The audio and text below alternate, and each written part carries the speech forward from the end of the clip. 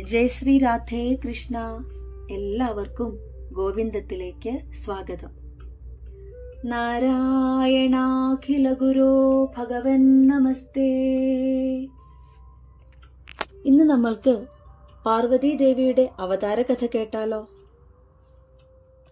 ദേവിയുടെ അവതാര കഥ കേൾക്കുന്നവർ ആ ഭാഗങ്ങൾ മനസ്സിൽ അതുപോലെ സങ്കല്പിച്ചുകൊണ്ട് കേൾക്കാൻ ശ്രമിക്കുക.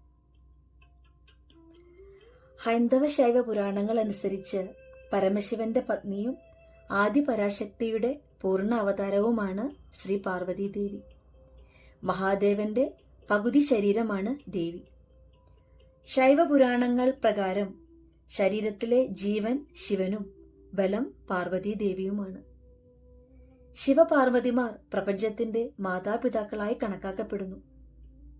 ആദിപരാശക്തി, ഭുവനേശ്വരി, ദുർഗ, കാളി, ത്രിപുരസുന്ദരി, അന്നപൂർണേശ്വരി, ജഗദംബ, പരമേശ്വരി, ഭഗവതി തുടങ്ങിയ വിവിധ ഭാവങ്ങളിൽ പാർവതി ദേവി ആരാധിക്കപ്പെടുന്നു. സ്ത്രീകൾ പാർവതി ദേവിയുടെ സ്വരൂപം തന്നെയായിട്ടാണ് കണക്കാക്കുന്നത്. പർവ്വതരാജനായ ഹിമവാന്റെ പുത്രിയായതിനാലാണ് ഭഗവതിക്ക് പാർവതി എന്ന നാമം വന്നത്. പുരാണങ്ങൾ പ്രകാരം ശിവപത്നിയായ സതിയുടെ പുനർജന്മമാണ് പാർവതി. കൈലാസഗിരിശൃംഗം മഞ്ഞു മൂടിക്കിടക്കുകയാണ്. ഭഗവാൻ ശ്രീ പരമേശ്വരന്റെ മനസ്സ് പോലെ പരമപവിത്രവും ശുദ്ധവുമായിട്ടിരിക്കുന്നു. ചതുർബാഹുവും ഐശ്വര്യത്തിന്റെ പ്രതിരൂപവുമായ ശ്രീ നന്ദികേശൻ ഭഗവാന്റെ വാസസ്ഥലമായ കൈലാസ ശൃംഗത്തിന് കാവലായുണ്ട്. ആ ഹിമഗിരിയുടെ ഒത്ത മധ്യത്തിലായി മുത്തും പവിഴവും കൊണ്ട് അലങ്കരിച്ച സുവർണക്ഷേത്രമുണ്ട്. ഭക്തവത്സലനായ കൈലാസനാഥൻ ശക്തിസ്വരൂപിണിയായ മഹാദേവിയുമൊത്ത് അവിടെ വാണരുളുന്നു. ശിവപാർഷദന്മാരും ഗന്ധർവ കിന്നരന്മാരും ദേവന്മാരും മുനിശ്രേഷ്ഠന്മാരും നമഃശിവായ മന്ത്രം ജപിച്ച് ഭഗവാനെ പൂജിക്കുന്നു. ലോകരക്ഷകനായ ഭഗവാന്റെ പത്നീപദം അലങ്കരിച്ച ശ്രീ പാർവതി ദേവി ഭഗവാന്റെ പാദത്തിൽ നമസ്കരിച്ച് ഭഗവാനോടെന്തോ ഉണർത്തിക്കാനെന്നവണ്ണം തൊഴുതു നിന്നു. പ്രഭാതത്തിലും സന്ധ്യാവേളയിലുമാണ് ദേവിക്ക് പാദ നമസ്കാരം പതിവുള്ളത്. എന്നാൽ ഈ അസമയത്ത് പതിവില്ലാതെ സാഷ്ടാംഗ പ്രണാമം ചെയ്യുന്ന ദേവിയെ ഭഗവാൻ അത്ഭുതത്തോടെ നോക്കി. ഈ അസമയത്തുള്ള സാഷ്ടാംഗ പ്രണാമത്തിന്റെ അർത്ഥമെന്തെന്ന് ചോദിക്കും വിധമായിരുന്നു ആ നോട്ടം. അത് മനസ്സിലാക്കിയ ദേവി ഭഗവാനോട് പറഞ്ഞു, ദേവ, അനവധി ദിവസങ്ങളായി അങ്ങയോട് ഒരു കാര്യം ഉണർത്തിക്കാൻ ഞാൻ ആഗ്രഹിക്കുന്നു. അങ്ങ് അതിന് അനുവാദം തന്നാലും. അങ്ങയെ ധിക്കരിക്കുകയും അപമാനിക്കുകയും ചെയ്ത ദക്ഷ പ്രജാപതിയുടെ മകളാണ് അടിയൻ. ദക്ഷന്റെ മകൾ എന്ന നിലയ്ക്ക് ദാക്ഷായണി എന്ന നാമവും എനിക്കുണ്ട്. ഇത് ഒരു അപമാനത്തിന്റെ ചിഹ്നമായി എന്നെ അലട്ടുകയാണ്. ആ ദുഷ്ടനാമത്തിൽ നിന്ന് മോചനം നൽകി എന്നെ അങ്ങ് അനുഗ്രഹിച്ചാലും. തന്റെ പ്രിയപത്നിയുടെ വാക്കുകൾ കേട്ട് ഭഗവാൻ സംപ്രീതനായി. അദ്ദേഹം ദേവിയോട് ഇപ്രകാരം പറഞ്ഞു, അല്ലയോ ദേവി, ആ ചിന്ത അവസരോചിതമാണ്. പർവ്വതരാജനായ ഹിമവാൻ ദേവിയെ പുത്രിയായി ലഭിക്കാൻ കഠിനമായ തപസ്സിലേർപ്പെട്ടത് അവിടത്തേക്ക് അറിവുള്ളതാണല്ലോ. സാത്വികനും ഭക്തനുമായ ഹിമവാന്റെ പുത്രിയായി ഭവതി ജനിക്കട്ടെ എന്നാണ് നാം ആഗ്രഹിക്കുന്നത്. പിന്നീട് മായാമോചിതയായി തപസ്സനുഷ്ഠിച്ച് യഥാകാലം നമ്മുടെ പാർശ്വത്തിൽ വന്നു ചേരാനും പത്നീപദം അലങ്കരിക്കാനും ഇടയാവട്ടെ എന്ന് ഞാൻ അനുഗ്രഹിക്കുന്നു. ജയ ശ്രീ രാധേ കൃഷ്ണ. ഇങ്ങനെയൊരു സംഭാഷണം ഭഗവാനും ശ്രീപാർവതിയും തമ്മിൽ നടന്നതായി സ്കന്ദപുരാണത്തിൽ പറയുന്നുണ്ട്. ഈ സംഭാഷണങ്ങൾക്ക് ശേഷമാണ് ദേവി തന്റെ സ്ഥൂല ശരീരം അഗ്നിക്കിരയാക്കിയത്. ത്രികാലജ്ഞാനിയായ ശ്രീ പരമേശ്വരൻ ദേവിയുടെ വിയോഗത്തിന് ശേഷം കൊടും തപസ് ആരംഭിച്ചു. ഭാരതവർഷത്തിന്റെ ഭാഗധേയം നിർണയിക്കുന്ന ഹിമാലയ പർവ്വതം ആകാശത്തോളം ഉയർന്നു നിൽക്കുന്നു. അങ്ങനെ ഉയർന്നു നിൽക്കുന്ന ഹിമവൽ സാനുക്കളിൽ നിന്നും ഉത്ഭവിക്കുന്ന പത്മതീർത്ഥക്കരയിൽ അസാധാരണമായ ഇച്ഛാശക്തിയോടുകൂടി പരമ്പൊരുളായ മഹാദേവിയെ തന്നെ തനിക്ക് പുത്രിയായി ലഭിക്കണമെന്ന് പ്രാർത്ഥിച്ചുകൊണ്ട് പർവ്വതരാജനായ ഹിമവാൻ അനേക വർഷത്തെ കൊടും തപസ്സിനൊടുവിൽ കണ്ണു തുറന്നു. ഹിമവാൻ തനിക്ക് മുൻപിൽ കണ്ട ദിവ്യമായ ആ കാഴ്ചയിൽ മയങ്ങിപ്പോയി. സ്ഫടികം പോലെ തെളിനീർ വഹിച്ചൊഴുകുന്ന ആ വാഗ്നിമധ്യത്തിൽ 1008 ഇതളുകളോടുകൂടിയ ഒരു താമര, അതിൽ ഉദിച്ചുയരുന്ന സൂര്യദേവനെ പോലെ തേജസ്സുള്ള ഒരു സുന്ദര ശിശുരൂപം. അനേക കാലത്തെ തൻ്റെ തപസ് ഫലം കണ്ടിരിക്കുന്നു. ലോകമാതാവായ മഹാദേവി ഒരു പൈതലിന്റെ രൂപത്തിൽ അവതരിച്ചിരിക്കുന്നു.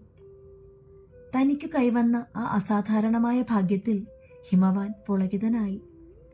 അതീവ സന്തോഷത്തോടെ തൻ്റെ ശിശുവിനെ മാറോടണക്കി പിടിച്ചുകൊണ്ട് പർവ്വതരാജൻ തൻ്റെ മണിമേടയിലേക്ക് തിരിച്ചെത്തി. വർഷങ്ങളുടെ വിരഹത്തിനൊടുവിൽ ഒരു ശിശുവിനെ തൻ്റെ കൈകളിലേന്തി ഉത്സാഹഭരിതനായി നിൽക്കുന്ന ഹിമവാനെ കണ്ട് മേനാദേവി ആനന്ദാശ്രുക്കൾ പൊഴിച്ചു. വൈദിക ഭാവം തുളുമ്പുന്ന ആ കുഞ്ഞിന്റെ മുഖത്തു നിന്ന് കണ്ണെടുക്കാൻ മേനാദേവിക്ക് സാധിച്ചില്ല. ഹിമവാൻ വിറപൂണ്ട കൈകളോടെ കുഞ്ഞിനെ പത്നിയെ ഏൽപ്പിച്ചുകൊണ്ട് പറഞ്ഞു, ദേവി, ഈ ശിശു സാക്ഷാൽ ശ്രീ പരമേശ്വരിയുടെ അവതാരമാണ്. ഭഗവാന്റെ കൃപ കൊണ്ട് നമുക്ക് കൈവന്ന ഈ സൗഭാഗ്യം നമ്മുടെ ദീർഘകാലത്തെ തപസ്സിന്റെ സാക്ഷാത്കാരമാണ്. ആനന്ദത്താൽ നിറഞ്ഞൊഴുകുന്ന കണ്ണുകളോടെ മേനാദേവി തന്റെ കുഞ്ഞിനെ ഭർത്താവിൽ നിന്ന് ഏറ്റുവാങ്ങി. തുടർന്ന് പനിനീരും സുഗന്ധദ്രവ്യങ്ങളും കലർത്തിയ ജലത്തിൽ മേനി കഴുകി തുടച്ചു. നവരത്നങ്ങൾ കൊണ്ടുള്ള ആഭരണങ്ങൾ അണിയിച്ചു. കനകനിർമ്മിതമായ കട്ടിലിൽ പട്ടുമെത്തമേൽ കുഞ്ഞിനെ കിടത്തി താരാട്ടുപാടി ഉറക്കി. പർവ്വതരാജപുത്രിയായതിനാൽ കുഞ്ഞിനെ പാർവതി എന്നും ഹേമവതി എന്നും വിളിച്ചു പോന്നു. ഹിമവാന്റെ കൊട്ടാരത്തിൽ സകല ആഡംബരങ്ങളോടുകൂടി മാതാപിതാക്കളുടെയും പരിവാരങ്ങളുടെയും സ്നേഹവാത്സല്യങ്ങളും ലാളനകളുമേറ്റ് ശ്രീ പാർവതി ദേവി വളർന്നു വന്നു. പരാശക്തിയായ ദേവി അതിനാൽ തന്റെ ബാലഭാവത്തിൽ ലീലാതൽപരയായും വിനോദങ്ങളിൽ മുഴുകിയും ആ ബാലിക നാൾ കഴിച്ചു. സർവചരാചരങ്ങളെയും സൃഷ്ടിക്കുകയും പരിപാലിക്കുകയും സംഹരിക്കുകയും ത്രിലോകങ്ങളെയും ഭരിക്കുകയും ചെയ്യുന്ന പരാശക്തി ശിശുരൂപത്തിൽ അവതരിച്ചപ്പോൾ ഭക്തരായ മാതാപിതാക്കളുടെ ഇച്ഛാനിർവഹണത്തിനായി ശൈശവ സഹജമായ ലീലകളാടി. മണ്ണുകൊണ്ട് അടുപ്പുകൾ ഉണ്ടാക്കിയും പാവകളെ പനിനീരിൽ കുളിപ്പിച്ചും അവയെ മാമൂട്ടിയും മടിയിൽ കിടത്തി പൊട്ടുകുത്തിയും കളിപ്പിക്കുന്നത് കണ്ടാൽ ആ ബാലിക പരാശക്തിയുടെ അവതാരമാണെന്ന് ആരു പറയും? ദിവസങ്ങളും മാസങ്ങളും കടന്നുപോയി. ഹിമവാന്റെ മേടയിൽ പുത്രിയുടെ ജന്മദിനം 5 തവണ ആഘോഷിച്ചു. 5 വയസ്സ് പൂർത്തിയാകുമ്പോൾ തനിക്ക് ഭഗവത് പാദങ്ങൾ തേടി യാത്ര തിരിക്കേണ്ടതുണ്ടെന്ന് ദേവി ഓർത്തു. ദേവി തന്റെ പിതാവിനെ സമീപിച്ച് താൻ തപസ്സനുഷ്ഠിക്കാൻ ആഗ്രഹിക്കുന്നുവെന്ന് ഉണർത്തിച്ചു. പുത്രിയുടെ ആഗ്രഹമറിഞ്ഞ ഹിമവാൻ ഞെട്ടിത്തരിച്ചുപോയി. കേവലം പിഞ്ചു ബാലികയായ തന്റെ മകളെ കഠിന തപസ്സിന് അയക്കുകയോ? പാർവതീദേവിക്ക് ഒരു കൂസലും ഉണ്ടായിരുന്നില്ല. ദേവി പറഞ്ഞു, പിതാവേ, എനിക്ക് ശ്രീ പരമേശ്വരനെ പതിയായി ലഭിക്കണമെന്നാണ് ആഗ്രഹം. ശ്രീ പരമേശ്വരനെ കുറിച്ച് ഒരുപാട് കഥകൾ അമ്മ എനിക്ക് പറഞ്ഞു തന്നിട്ടുണ്ട്. അങ്ങും ഒരു ഉറച്ച ശിവഭക്തനാണല്ലോ. ആ നിലയ്ക്ക് എനിക്ക് നീലകണ്ഠനെ പതിയായി ലഭിക്കണമെന്ന് അതിയായ ആഗ്രഹമുണ്ട്. ആ ഒരു ഭാഗ്യം സിദ്ധിക്കണമെന്ന് എനിക്ക് ഒരുപാട് ആഗ്രഹം തോന്നുന്നു. അങ്ങനെ ആഗ്രഹിക്കുന്നതിൽ എന്താണ് തെറ്റുള്ളത്? അങ്ങ് എനിക്ക് ഒരു തപോമണ്ഡപം നിർമ്മിച്ചു തന്ന് എന്റെ ആഗ്രഹ പൂർത്തീകരണം നടത്തിയാലും. കേവലം 5 വയസ്സ് മാത്രമുള്ള തന്റെ പുത്രിയിൽ നിന്ന് ഇത്ര പക്വവും യുക്തിപൂർവവുമായ വാക്കുകൾ കേട്ട് അത്ഭുതവും വ്യസനവും പൂണ്ട് ഹിമവാൻ പറഞ്ഞു, മകളെ, നിന്റെ വാക്കുകൾ കേട്ടിട്ട് എനിക്ക് ഭയം തോന്നുന്നു. ഒരു 5 വയസ്സുള്ള ബാലികയുടെ ജൽപ്പനങ്ങളായി ഇവയെ തള്ളാനും എനിക്ക് സാധിക്കുന്നില്ല. ശ്രീ പരമേശ്വരനെ തപസ് ചെയ്ത് പ്രത്യക്ഷപ്പെടുത്തുക അത്ര എളുപ്പമല്ല എന്ന് അറിയുക. തപശ്ചര്യകളും നീ കരുതുന്നതുപോലെ അത്ര എളുപ്പമല്ല. മഴയും മഞ്ഞും തണുപ്പും വെയിലും സഹിച്ച് പട്ടിണി കിടന്നും ഇന്ദ്രിയങ്ങളെ നിയന്ത്രിച്ചും വ്രതാനുഷ്ഠാനങ്ങൾ മുറ തെറ്റാതെ നടത്താൻ ഈ ഇളം പ്രായത്തിൽ നിനക്ക് സാധ്യമല്ല മകളെ. പാർവതി, ഭഗവാൻ പരമേശ്വരനെ വരിക്കണമെന്നാണ് നിന്റെ ആഗ്രഹമെങ്കിൽ പ്രായപൂർത്തിയാകുന്നതുവരെ കാത്തിരിക്കുകയാണ് വേണ്ടത്. തപസ്സിനായി ഇപ്പോൾ പുറപ്പെടണമെന്ന് നിന്റെ ചിന്ത ഉപേക്ഷിച്ചാലും. നിന്റെ കൊഞ്ചലുകളും കളിയും ചിരിയും കേട്ട് ഈ മാതാപിതാക്കൾക്ക് മതിയായിട്ടില്ല. അതുകൊണ്ട് തപസ് ചെയ്യാനുള്ള ആഗ്രഹത്തിൽ നിന്ന് നീ പിന്തിരിയണം. അച്ഛനും മകളും തമ്മിലുള്ള സംഭാഷണം കേട്ടുനിന്ന മേനാദേവിയും നിറകണ്ണുകളോടെ മകളെ പിന്തിരിപ്പിക്കാൻ ആവുന്ന പോലെ ശ്രമിച്ചുകൊണ്ടിരുന്നു. എന്നാൽ ശ്രീ പരമേശ്വരി തന്റെ തീരുമാനത്തിൽ ഉറച്ചുനിന്നു. തന്റെ ജന്മരഹസ്യം അറിയാമെങ്കിലും മായയുടെ പ്രഭാവത്താലും പുത്രിവാത്സല്യത്താലും ബുദ്ധി മന്ദീഭവിച്ചു പോയ മാതാപിതാക്കളെ ബോധവൽക്കരിക്കാൻ പണ്ഡിതോചിതമായ വാക്കുകളാണ് പിന്നീട് ആ ബാലിക പറഞ്ഞു തുടങ്ങിയത്. പിതാവേ, അവിടുത്തേക്ക് എല്ലാം അറിയാവുന്നതാണ്. ഈ സ്ഥൂല ശരീരവും അതിനെ പ്രവർത്തനനിരതമാക്കുന്ന പ്രാണനും ഭഗവാൻ ശിവശങ്കരന്റെ വരദാനമാണ്. ഭൂമിയിൽ ജന്മമെടുക്കുന്ന ഓരോരുത്തരും ഈ വസ്തുത തിരിച്ചറിഞ്ഞ് മായാമോചിതരായി ഭഗവത് പാദങ്ങളിൽ തങ്ങളെ തന്നെ സമർപ്പിച്ച് തപസ് ചെയ്യുകയാണ് വേണ്ടത്. ഞാനും അതേ ആഗ്രഹിക്കുന്നുള്ളൂ. മാത്രവുമല്ല, ഞാൻ തപസ് ചെയ്യുമ്പോൾ എന്റെ പരിപൂർണ സംരക്ഷണം ഭഗവാന്റെ കർത്തവ്യവുമായിരിക്കും. അതുകൊണ്ട് എനിക്ക് നേരിടേണ്ടി വരുന്ന കഷ്ടപ്പാടുകൾ ഓർത്ത് അങ്ങ് വിഷമിക്കരുത്. മറിച്ച് എനിക്ക് ഇരുന്ന് തപസ് ചെയ്യാനുള്ള മണ്ഡപം അവിടുന്ന് നിർമ്മിച്ചു തരികയാണ് വേണ്ടത്. പാർവതിയുടെ യുക്തിഭദ്രമായ വാക്കുകൾ കേട്ടപ്പോൾ ഹിമവാന് ദേവിയുടെ ജന്മരഹസ്യം ഓർമ്മ വന്നു. ദീർഘകാലം കൊടും തപസ്സനുഷ്ഠിച്ച് താൻ തന്റെ പുത്രിയെ നേടിയത് വിശ്വകാരുണിയായ മഹാദേവിയെ ആയിരുന്നല്ലോ. എന്നിട്ടും മായയ്ക്ക് കീഴ്പ്പെട്ട് താൻ ആ പരാശക്തിയെ തന്റെ നിയന്ത്രണത്തിൽ ഒതുക്കി നിർത്താൻ ആഗ്രഹിച്ചത് തെറ്റായിപ്പോയല്ലോ. ഹിമവാന് ലജ്ജ തോന്നി. അദ്ദേഹം ഉടൻ തന്നെ മകളുടെ ആഗ്രഹപ്രകാരം തപസ് ചെയ്യുന്നതിനു വേണ്ടി ഹിമവൽ പാർശ്വത്തിൽ ഒരിടം തിരഞ്ഞെടുത്തു. അവിടെ അനുയോജ്യമായ രീതിയിൽ ഒരു തപോമണ്ഡപം ഒരുക്കി. സഹായത്തിനായി നിരവധി കന്യകമാരെ നിയോഗിച്ചു. ശ്രീ പരമേശ്വരനെ മനസ്സിൽ ധ്യാനിച്ച് തപസ് ആരംഭിച്ച പാർവതീദേവിയുടെ ചുണ്ടുകളിൽ നിന്ന് ശിവപഞ്ചാക്ഷരി മന്ത്രം അനവരതം നിർഗളിച്ചുകൊണ്ടേയിരുന്നു. ശിവശക്തി സംയോഗം പ്രപഞ്ചത്തിന്റെ നിയമമാണ്. ലോക നന്മയ്ക്ക് വേണ്ടിയുള്ളതാണത്. ഭഗവാന്റെ ഇച്ഛയും അതിന്റെ ഫലപ്രാപ്തിയും ലോകക്ഷേമത്തെ അടിസ്ഥാനമാക്കിയുള്ളതാണ്. പാർവതീദേവിയുടെ മനസ്സ് ലക്ഷ്യം വെച്ചതും ഇതുതന്നെയാണ്. താൻ ശിവശങ്കരനുമായി ഒന്നു ചേർന്നെങ്കിൽ മാത്രമേ കുമാരജനനത്തിന് സാധ്യമാവുകയുള്ളൂ. എങ്കിലേ ഈ ലോകത്തെ നിരന്തരം ഉപകൊണ്ടിരിക്കുന്ന ദുഷ്ടശക്തികളെ അമർച്ച ചെയ്യാൻ സാധിക്കൂ. അത് മഹാദേവി മനസ്സിലാക്കിയിരുന്നു. അതുകൊണ്ടാണ് ഉമാദേവി കൈലാസത്തിൽ തന്നെ ശ്രീ പരമേശ്വരനെ ധ്യാനിച്ച് തപസ്സിൽ മുഴുകിയത്. ശ്രീ പാർവതീദേവി ശങ്കരപ്രീതിക്കായി കഠിന തപസ്സിൽ മുഴുകി. തനിക്ക് ചുറ്റും ഋതുക്കൾ മാറി മാറി വന്നത് ആ ബാലിക അറിഞ്ഞതേയില്ല. ഹിമവാൻ നിയോഗിച്ച കന്യകമാർ ദേവിക്ക് വേണ്ട പൂജാദ്രവ്യങ്ങൾ ഒരുക്കി എല്ലാ സഹായവും ചെയ്തു കൊടുത്തുകൊണ്ടിരുന്നു. ഇക്കാലത്ത് ശൂരപത്മാസുരൻ എന്ന അസുര ചക്രവർത്തി തന്റെ തപോബലം കൊണ്ട് 3 ലോകങ്ങളും കീഴടക്കി ദുർഭരണം ആരംഭിച്ചു. അധികാരമോഹിയും അഹങ്കാരിയുമായ ശൂരപത്മാസുരൻ ദേവന്മാരെ ഉപദ്രവിക്കുകയും മഹർഷിമാരുടെ തപസ്സിന് ഭംഗം വരുത്തുകയും ചെയ്തുകൊണ്ടിരുന്നു. ഭൂമിയിൽ ആർക്കും യാഗങ്ങൾ നടത്താൻ കഴിയാത്ത സ്ഥിതി വന്നു. ഈശ്വര പൂജയും ആരാധനയും തടസ്സപ്പെടുത്തുകയും പുണ്യകർമ്മങ്ങൾക്ക് വിഘ്നങ്ങൾ ഏർപ്പെടുത്തുകയും ചെയ്യുക എന്നതായിരുന്നു ശൂരപത്മാസുരന്റെ പ്രധാന വിനോദം. ശ്രീ പാർവതീദേവി തപസ്സനുഷ്ഠിച്ചിരുന്ന കാലത്ത് മഹാദേവനും കൈലാസത്തിൽ പേരാർ വൃക്ഷച്ചുവട്ടിൽ കഠിനമായ തപസ്സിൽ മുഴുകി. കലാതീതനും ജ്ഞാനസ്വരൂപനുമായ ഭഗവാന്റെ മുഖത്ത് അലൗകികമായ ശാന്തിയും തേജസ്സും നിറഞ്ഞിരുന്നു. ആ സമയത്താണ് ഭഗവാന്റെ ദർശനം തേടി സനകാദി മഹർഷിമാർ ശിവസന്നിധിയിൽ എത്തുന്നത്. സനകൻ, സനന്ദൻ, സനാതനൻ, സനൽകുമാരൻ എന്നീ 4 ബ്രഹ്മാത്മജന്മാരായ മഹർഷികുമാരന്മാരാണ് സനകാദി മഹർഷിമാർ എന്ന് അറിയപ്പെട്ടിരുന്നത്. വേദശാസ്ത്രത്തിലും യോഗവിദ്യയിലും പണ്ഡിതന്മാരായിരുന്നെങ്കിലും മനസ്സിനെ പരമാത്മാവിൽ ഉറപ്പിച്ചു നിർത്താനും അങ്ങനെ പരമമായ സ്വാസ്ഥ്യം കൈവരിക്കുന്നതിന് അവർക്ക് കഴിയുമായിരുന്നില്ല.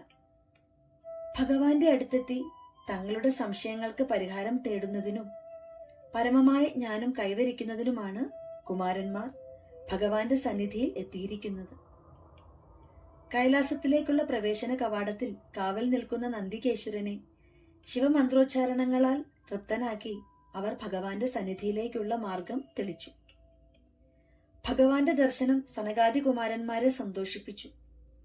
ജ്ഞാനസ്വരൂപനും പരമ്പൊരുളുമായ ശ്രീ പരമേശ്വരന്റെ ദർശന മാത്രയിൽ അവർ തങ്ങളുടെ ആഗമന ഉദ്ദേശം പോലും മറന്നുപോയി. അതുവരെ അനുഭവിക്കാത്ത ആനന്ദത്താൽ അവരുടെ കണ്ണുകൾ നിറഞ്ഞൊഴുകി. മറ്റൊന്നും പറയാനില്ലാതെ അവരുടെ ചുണ്ടുകൾ നമഃശിവായ മന്ത്രം ജപിച്ചുകൊണ്ടിരുന്നു. കരുണാമയനും ഭക്തവത്സലനുമായ ഭഗവാൻ തനിക്ക് മുന്നിൽ മുഴങ്ങിക്കേട്ട സ്തുതിഗീതങ്ങളിൽ സംപ്രീതനായി കണ്ണു തുറന്നുകൊണ്ട് സനകാദികളെ ദർശിച്ചു. ഭഗവാൻ ശ്രീപരമേശ്വരൻ സനകാദി മഹർഷികളോട് അവരുടെ ആഗമന ഉദ്ദേശം ആരാഞ്ഞു. അറിയാ കാരണങ്ങളാൽ തങ്ങൾക്ക് നഷ്ടപ്പെട്ട സ്വാസ്ഥ്യം വീണ്ടെടുത്ത് തരണമെന്ന് അവർ ഭഗവാനോട് പറഞ്ഞു. സനകൻ പറഞ്ഞു തുടങ്ങി. സർവജ്ഞൻ എന്ന് അഹങ്കരിച്ചിരുന്ന അടിയങ്ങൾക്ക് ജ്ഞാനപ്പൊരുളായ അവിടുത്തെ തിരുമുൻപിൽ നിൽക്കുമ്പോഴാണ് യഥാർത്ഥ ജ്ഞാനോദയം സിദ്ധിക്കുന്നത്. വേദശാസ്ത്രങ്ങളും പുരാണങ്ങളും ഇതിഹാസങ്ങളും ധാരാളം പഠിച്ചിട്ടും അടിയങ്ങൾക്ക് ധാരാളം സംശയങ്ങളാണുള്ളത്. പരമമായ ജ്ഞാനം ഉപദേശിച്ചു തന്ന് അവിടുന്ന് ഞങ്ങളെ അനുഗ്രഹിച്ചാലും. സനകൻ പറഞ്ഞതിന് പിന്നാലെ സനാതനനും സനന്ദനും സനൽകുമാരനും ഉചിതമാം വിധം തങ്ങളുടെ മനസ്സിലുണ്ടായിരുന്ന ആശങ്കകളെ ഭഗവാന് മുന്നിൽ തുറന്നു പറഞ്ഞു. തനിക്ക് മുൻപിൽ വണങ്ങി നിന്ന സനകാദികളെ മഹാദേവൻ പൂർണ്ണ വാത്സല്യത്തോടെ വീക്ഷിച്ചു. ആശ്രിതവത്സലനും ക്ഷിപ്രപ്രസാദിയുമായ ഭഗവാൻ അവർക്ക് ജ്ഞാനോപദേശം നൽകാൻ തീരുമാനിച്ചു. താൻ പറയുന്നതുവരെ മറ്റാരെയും കൈലാസ സന്നിധിയിലേക്ക് കടത്തിവിടരുതെന്ന് നന്ദികേശ്വരനെ ചട്ടം കെട്ടി ശ്രീശങ്കരൻ സനകാദിക മഹർഷികളെ തന്റെ മുൻപിൽ ആസനസ്ഥരാക്കി. ഭഗവാൻ ശിവകാമസൂത്രങ്ങളിലെ അതീവ ഗഹനങ്ങളായ കർമ്മം, ക്രിയ, യോഗം എന്നീ ഭുക്പാദങ്ങളെയും വിസ്തരിച്ചു കൊടുത്തു. സനകാദികൾ ആ അവസരം മുതലെടുത്തുകൊണ്ട് പരമസത്യത്തിലേക്കുള്ള മാർഗത്തിൽ തങ്ങൾ കാണാതെയും അറിയാതെയും പോയ ജ്ഞാനഖണ്ഡങ്ങൾ ഓരോന്നും ഭഗവാനിൽ നിന്ന് കേട്ടറിഞ്ഞുകൊണ്ടിരുന്നു. ഒടുവിൽ ജ്ഞാനപാദ മാഹാത്മ്യങ്ങൾ അറിയുവാൻ തങ്ങൾക്ക് ആഗ്രഹമുണ്ടെന്ന് അവർ ഉണർത്തിച്ചു. ഇത് കേട്ട് മഹർഷിമാരുടെ ജ്ഞാനതൃഷ്ണയെ മഹാദേവൻ അഭിനന്ദിച്ചു. എന്നാൽ അവരുടെ ആവശ്യം വാക്കുകളാൽ വിവരിക്കുവാൻ അസാധ്യമെന്ന് മഹാദേവൻ അവരെ അറിയിച്ചു. മൗനം ആചരിച്ച് മുദ്രകളിലൂടെ പകരേണ്ടതാണ് ജ്ഞാനപദം. യോഗീഭാവത്തോടെ 1000 അർത്ഥതലങ്ങൾ സ്ഫുരിക്കുന്ന മൗനം ആ തിരുമുഖത്ത് കളിയാടി. തുടർന്ന് മഹാദേവൻ ആ തൃക്കൈവിരലുകൾ ഉയർത്തി അദ്ദേഹം ഭാവമുദ്രകൾ അവതരിപ്പിച്ചു. ജീവാത്മാവെന്നും പരമാത്മാവെന്നും രണ്ടായും പരബ്രഹ്മമെന്ന ഏകഭാവത്തിൽ നിൽക്കുന്ന ദൈവത്തെയും ആത്മാവ്, അഹങ്കാരം, തിന്മ, മായ തുടങ്ങിയ ആശയങ്ങളെ ശിവശങ്കരൻ യോഗമുദ്രകളിലൂടെ അവതരിപ്പിച്ചു കൊടുത്തു. ചിന്മുദ്ര ധരിച്ച് യോഗഭാവത്തിൽ ഇരുന്നു കൊണ്ട് ശ്രീ പരമേശ്വരൻ സനകാദികൾക്ക് ജ്ഞാനപാദം ഉപദേശിച്ചു കൊടുത്തു. ആ സമയം പതിവിൽ നിന്ന് ഭിന്നമായി ശിവശങ്കരൻ യൗവനയുക്തനായും ശാന്തസുന്ദരനായും കാണപ്പെട്ടു. മൗനമായി പ്രേഷണം ചെയ്യപ്പെട്ടുകൊണ്ടിരുന്ന ജ്ഞാനപീയൂഷം നുകർന്നുകൊണ്ടിരുന്ന സനകാദികൾ വൃദ്ധന്മാരായും കാണപ്പെട്ടു. ജയ ശ്രീ രാധേ കൃഷ്ണ. ഇന്നത്തെ ഈ ഭാഗം നിങ്ങൾക്കെല്ലാവർക്കും ഇഷ്ടപ്പെട്ടുവെന്ന് കരുതുന്നു. ഈ ഭാഗത്തിന് പിന്നാലെ ഇനി ദേവിയുടെ വിവാഹം, സുബ്രഹ്മണ്യസ്വാമിയുടെ ജനനം, അങ്ങനെ ഒരുപാട് ഭാഗങ്ങൾ സ്കന്ദപുരാണത്തിലും ശിവപുരാണത്തിലും ഒക്കെ ആയിട്ടുണ്ട്. അത് തുടർന്നുള്ള ഭാഗങ്ങളിൽ കൂടി നമുക്ക് പതിയെ കേൾക്കാം. എല്ലാവരും സന്തോഷമായിട്ടിരിക്കുക. നമുക്ക് അടുത്ത എപ്പിസോഡിൽ കാണാം. നാരായണാഖില ഗുരോ ഭഗവൻ നമസ്തേ.